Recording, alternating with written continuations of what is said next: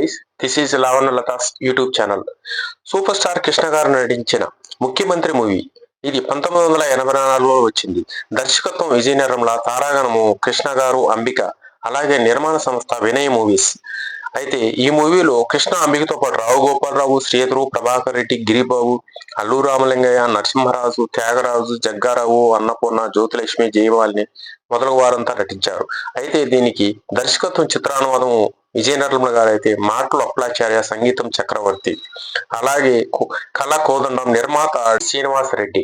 ఈ సినిమా కథలోకి వెళ్తే సూపర్ స్టార్ కృష్ణ గారు పోలీస్ ఆఫీసర్ గా రిజైన్ చేసి ముఖ్యమంత్రి పదవికి పోటీ చేసి సీఎంగా అయిన తర్వాత అవినీతిని ఎలా ఎదుర్కొన్నాడనే కథాంశంతో నిర్మించబడింది. అయితే ఈ మూవీ అప్పట్లో విపరీతమైన ప్రేక్షకాదరణ, విమర్శకుల ప్రశంసలతో పాటు సూపర్ డూపర్ హిట్ గా నిలిచింది. అదేవిధంగా నేటి తరం సూపర్ స్టార్ మహేష్ బాబు గారు నటించిన, కొరటాల దర్శకత్వంలో వచ్చిన భరత్ అనే నేను కూడా ఇదే విధంగా దీంట్లో కూడా సూపర్ స్టార్ మహేష్ గారు ముఖ్యమంత్రి పాత్ర పోషించారు.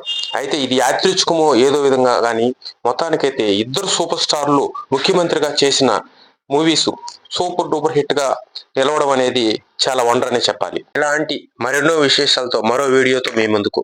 Thank you guys.